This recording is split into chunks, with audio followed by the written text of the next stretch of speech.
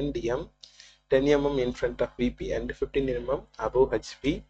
The other end N is 50 mm in front of VP. The front view has a length of 70 mm. The distance between the end projectors is 60 mm.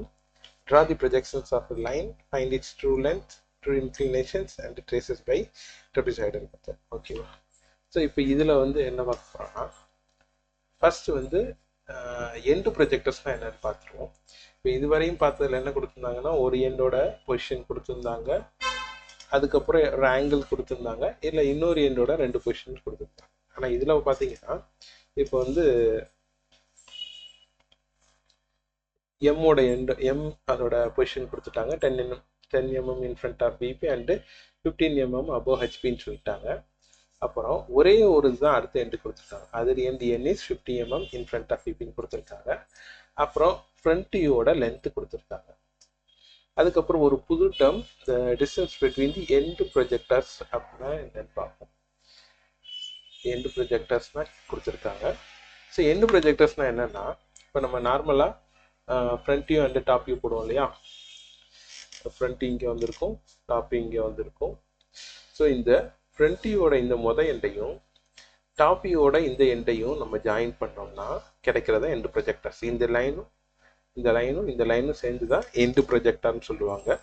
So இந்த end ப்ரொஜெக்டருக்கு நடுவில் உள்ள distance தான் கொடுத்துருக்காங்க. இதுதான் இப்போ வந்து 60 mmன்னு கொடுத்துருக்காங்க. எப்பயுமே ஃப்ரண்ட் வியூவும் டாப் வியூவும் அதோட ஸ்டார்டிங் பாயிண்ட் ஒரே லைனில் இருக்கும், அது மாதிரி அதோட ஃபினிஷிங் பாயிண்ட்டும் ஒரே லைனில் தான் முடியும். ஓகேவா? ஸோ அதை தான் எண்டு ப்ரொஜெக்டர்ஸ் சொல்கிறாங்க. இப்போ இந்த கண்டிஷனுக்கு நம்ம எப்படி ப்ரொஜெக்ஷன்ஸ் வரையுதுன்னு பார்ப்போம். ஃபர்ஸ்ட் என்ன பண்றோம்னா இப்போ போல ஆக்சிஸ் போட்டுக்கிறோம்.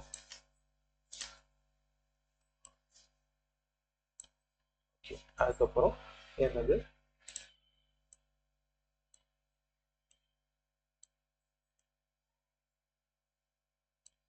10 mm in front of VP and 15 mm above HPல கொடுத்துருக்காங்க.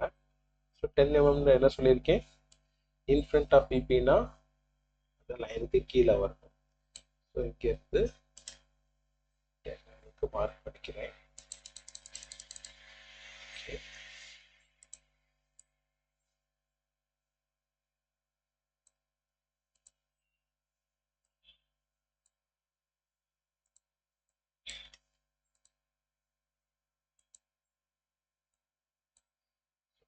மார்க் பண்ணிக்கிட்டேன். அதுக்கப்புறம் above வந்து 15 mm above HP கொடுத்துருக்காங்க. ஸோ அதே லைனில் 15 mm above HP above HP 15 mm mark பண்ணிட்டேன். இந்த ரெண்டையும் ஜாயின் பண்ணி ஒரு ஸ்ட்ரைட் லைன் போட்டுருக்கேன்.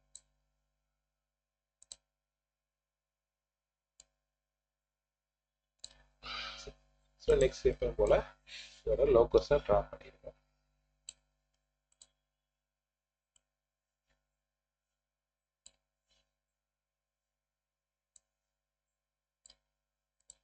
இது வந்து ஃபர்ஸ்ட் ஏயோட லோக்கஸ் போட்டோம், இப்போ வந்து ஏ டேஷோட லோக்கஸ் போட்டோம்.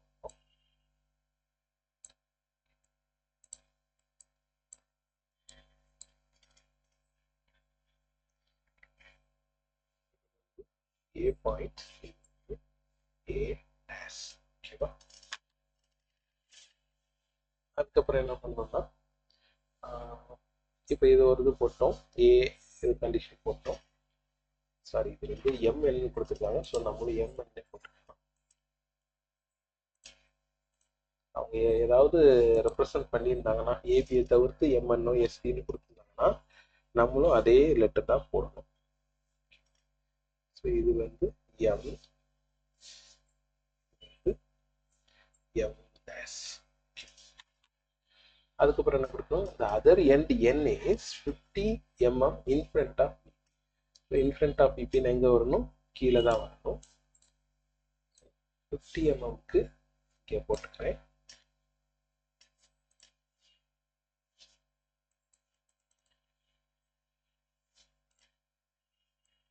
க்கு போட்டுக்கிறேன்.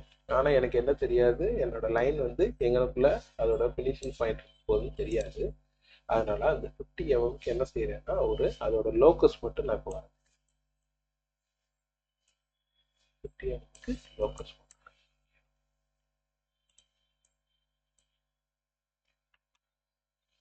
அப்புறம் இன்னொரு கண்டிஷன் சொல்லியிருக்காங்க, the front view has a length of 70 mm கொடுத்துருக்காங்க. அதுக்கப்புறம் the distance between the end projectors is 60 mm சொல்லியிருக்காங்க. இப்போ நம்ம நெக்ஸ்ட் என்ன பண்ணுறோம் அப்படின்னா 60 mm எண்டு ப்ரொஜெக்டர் கொடுத்துருவோம். இது ஒரு எண்டு ப்ரொஜெக்டர், இன்னொரு ரெண்டு ப்ரொஜெக்டர் தான் வரைய போகிறோம். அந்த ரெண்டுக்கும் நடுவில் உள்ளது 60 mm சொல்லியிருக்காங்க. ஸோ 60 mm இங்கே மார்க் பண்ணிக்கிறேன். இதில் வந்து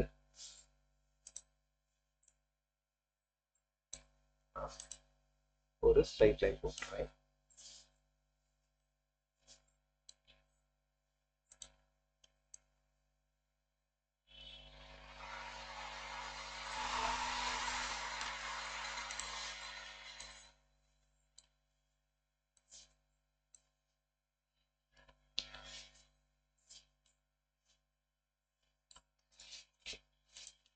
இந்த ரெண்டுக்கு நடுவில் உள்ளது வந்து 60 mm எண்டு ப்ரொஜெக்டர் வாங்கிட்டேன்.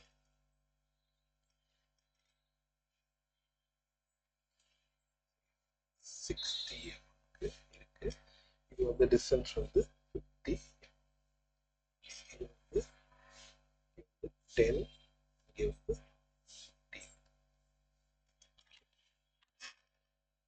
இதுக்கப்புறம் என்ன கண்டிஷன் நமக்கு தெரியும், the front view has a length of 70 mm சொல்லியிருக்காங்க. ஸோ ஃப்ரண்ட் வியூன்றது எங்கே வரும், மேலே தான் ஃப்ரண்ட் வியூ நம்மளுக்கு வரப்போகுது. இப்போ நான் ஒரு கண்டிஷன் சொன்னேன், ஃப்ரண்ட் வியூ டாப் வியூ என்ன சொல்லியிருக்காங்க, ஃப்ரண்ட் வியூ டாப் வியூவும் ஒரே லைனில் ஆரம்பிச்சு அதோட எண்டு பாயிண்ட்டும் ஒரே லைனில் தான் முடியும். அப்போ ஃப்ரண்ட் வியூ இங்கேருந்து ஆரம்பிச்சு கண்டிப்பாக இந்த லைனில் தான் முடியும், இப்போ எண்டு ப்ரொஜெக்டர்ஸில் தான் முடியும். அதை என்ன பண்ணுறீங்கன்னா காம்பஸில் 70 mm எடுத்துக்கோங்க.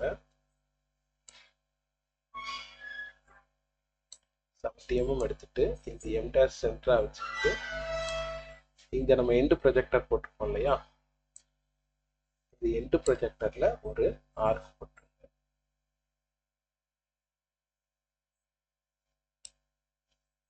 எண்டு ப்ரொஜெக்டரில் ஒரு ஆர்க் போட்டுருங்க. அதை இப்போ வந்து நம்ம ஜாயின் பண்ணிடலாம்.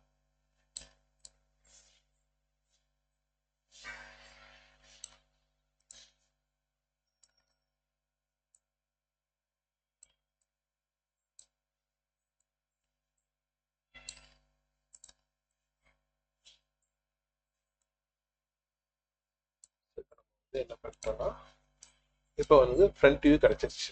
ஓகேவா, இப்போ எனக்கு என்ன வேணும், டாப் வியூ வேணும், அதோட லைனோட ஒரிஜினல் லென்த்து வேணும்.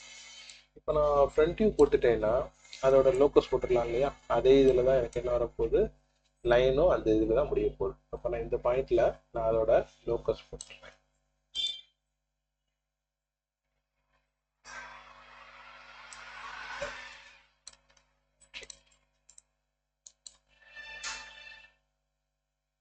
இப்போ என்ன பண்ணலாம், 70 mm கொடுத்துட்டாங்க, இது கொடுத்துட்டாங்க. ஓகேவா,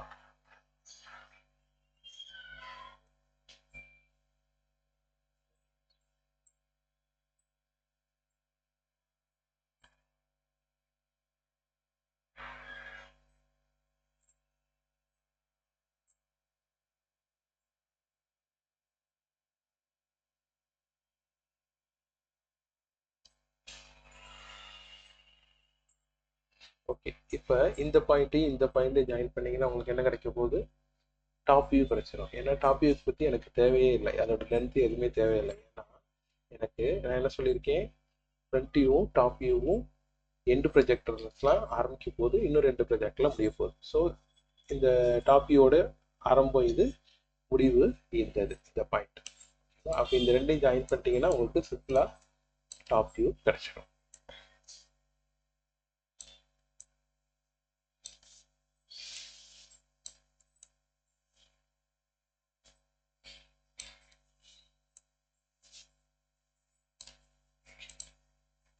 இதை ஜாயின் பண்ணிட்டீங்கன்னா அவ்வளோதான், எனக்கு வந்து டாப் வியூ கிடைச்சிருச்சு. ஸோ இதை வச்சுட்டு நம்ம என்ன பண்ணோம்னா லைன், அதாவது ட்ரூ லைன் வந்து வரையிருப்போம். எப்பயுமே என்ன பண்ணுவோம், ட்ரூ லைன் வரைஞ்சிருப்போம், அதுலேருந்து ஸ்ட்ரைட் லைன் கொண்டாந்து ஆர்க் போட்டுட்டு அதை ஜாயின் பண்ணாலும் நம்மளுக்கு ப்ரொஜெக்ஷன் கிடைக்கும். இப்போ வந்து நம்மளுக்கு ப்ரொஜெக்ஷன் கிடைச்சிருச்சு, அதாவது ஃப்ரண்ட் வியூ போட்டோம், டாப் வியூ போட்டோம். இதுலேருந்து நான் ட்ரூ லைன் கண்டுபிடிக்க போயிட்டேன். நான் என்ன பண்ணா ரிவர்ஸில் போகணும். இப்போ எடுத்துக்கோங்க, இப்போ வந்து நான் 70 mm போட்டேன் இல்லையா, இந்த 70 mm போட்டதை அப்படியே கீழே கொண்டு வாங்க. எது வரைனா அந்த எம் டேஷ் வரையும் தான் கொண்டு வரணும். இதுல இருந்து ஒரு ஸ்ட்ரைட் லைன் எது வரையும் போடணும், கீழே கடைசி லைன் வரையும் ஒரு ஸ்ட்ரைட் லைன் அது போய் கீழே ஜாயின் பண்ணிடும். இப்போ இதை ஜாயின் பண்ணிடுங்க. இப்போ எம்ஐயும் அதையும் ஜாயின் பண்ணீங்கன்னா உங்களுக்கு ட்ரூ லைன் கிடைச்சிடும்.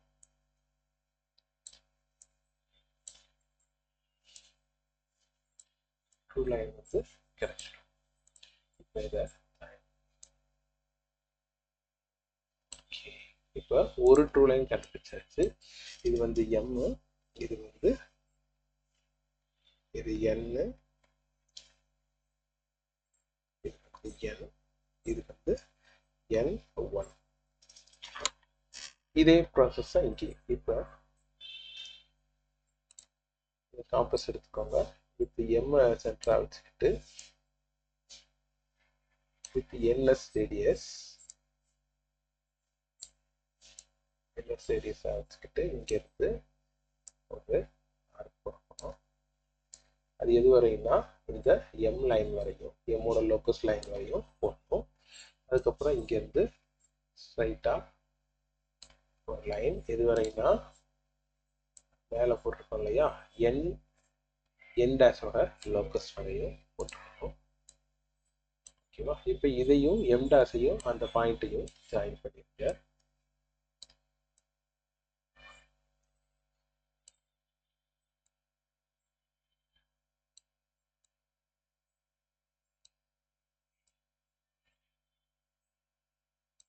இதையும் இந்த பாயிண்ட் இப்போ நம்ம ஜாயின் பண்ணிட்டோம்னா மேலே உள்ள ட்ரூ லைன் எனக்கு கிடைச்சிருச்சு.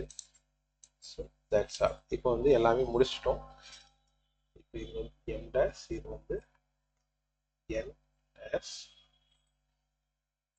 என் டேஷ், இது வந்து N1 டேஷ், இது வந்து என் டேஷ், இது N1 டேஷ். இப்போ என்ன கேட்டிருக்காங்க, ட்ராதி ப்ரொஜெக்ஷன் கேட்டிருக்காங்க, அதோட ட்ரூ லைன்ஸ் கேட்டிருக்காங்க.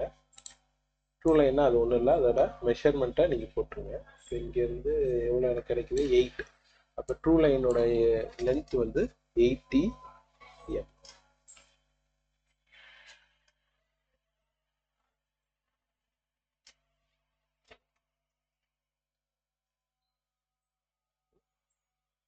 ட்ரூ லைனோட லென்த் வந்து 80 எம். அதுக்கப்புறம் ட்ரூ லைனோட இன்க்ளினேஷன் வந்து ப்ராக்ட் வச்சு இப்படி ஷேர் பண்ணுங்க. ஷேர் பண்ணும்போது உங்களுக்கு எவ்வளோ வருது, அது கிட்ட 27 கிட்ட வருது நினைக்கிறேன். 27 வருது. ஸோ ஆங்கிள் வந்து 27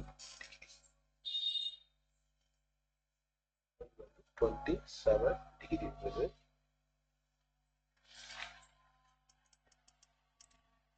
இது லென்த் வந்து ட்ரூ லென்த் மேலேயும் கீழேயும் ஒரே லென்த் தான் இருக்கும். ஓகேவா? ஆனால் அதோட ஆங்கிள் வந்து மாறும், மேலே மாறும் கீழேயும் மாறும். ஸோ ஆங்கிள் மட்டும் நீங்கள் ரெண்டையும் மெஷர் பண்ணுங்க. இது வந்து தீட்டா, இது வந்து ஃபை அப்படின்னு சொல்லுவாங்க. இங்கே கிடைக்கிற ஆங்கிளுக்கு பேர் வந்து தீட்டா, இங்கே கிடைக்கிற ஆங்கிளுக்கு பேர் வந்து ஃபை. ஸோ தீட்டா வந்து இது வந்து தீட்டா ஈக்குவல் டு 27 டிகிரி.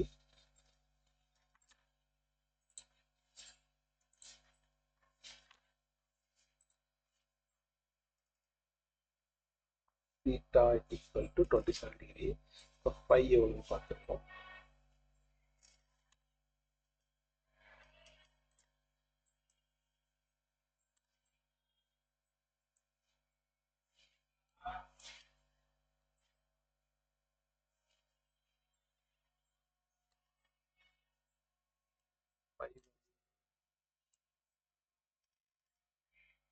149. இதில் வந்து நான் தலையில திருப்பினாலும் இப்படி தான் வருது. இங்கிருந்து நீங்கள் மெஷர் இது பார்த்தீங்கன்னா 0லேருந்து வருது. ஸோ 0லேருந்து இது இங்கே வருதுன்னா 30 டிகிரிக்கு வருது. 5 வந்து இங்கே வந்து 30 degree.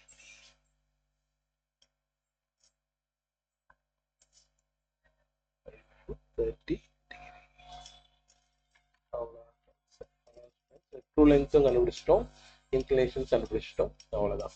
So end projectors problem கொடுத்தாங்கன்னா நீங்கள் இப்படி தான் சால்வ் பண்ணணும். ஃபஸ்ட்டு இதை போட்டுருணும், எம் டேஷோட லொக்கேஷன்ஸ் போட்டுருணும். அதுக்கப்புறம் இதுலேருந்து எவ்வளோ எம்எம் கொடுத்துருக்காங்களோ அவ்வளோ எம்எம்க்கு எண்டு ப்ரொஜெக்டர்ஸ் போட்டுருங்க. ஸோ அந்த எண்டு ப்ரொஜெக்டர்ஸ்லாம் ஃப்ரண்ட் வியூ டாப் வியூ முடியும் போது கீழே வந்து அதோட இன்னொரு பாயிண்டோட இது கொடுத்துருக்காங்க. ஸோ லைன் போட்டுருக்கோம். இங்கே ஜாயின் பண்ணோன்னே எனக்கு வந்து டாப் வியூ கிடச்சிருக்கு. இதுதான் வந்து எனக்கு டாப் வியூ. இது வந்து டாப் வியூ, இது வந்து ஃப்ரண்ட் வியூ. ஸோ எக்ஸாம்பிள் எழுதும்போது இதெல்லாம் நீங்கள் எஃப்யூ எஃப்டபிள்யூ டிடபிள்யூலாம் போட தேவையில்லை, உங்களுக்காக நான் போட்டிருக்கேன். நீங்கள் போடும்போது இந்த ஃப்ரண்ட் வியூவும் டாப் வியூவும் மட்டும் திக்காக போடணும், மற்றது எல்லாமே லைட்டாக போட்டால் போதும். ஓகேவா? ஸோ அவ்வளோதான் ஸ்டூடெண்ட்ஸ். இந்த வீடியோ லைக் பண்ணி வச்சுக்கோங்க, பின்னாடி ரெஃபர் பண்ணுறதுக்கு உங்கள் ஃப்ரெண்ட்ஸ்க்கும் ஷேர் பண்ணுங்கள். Okay, thank you.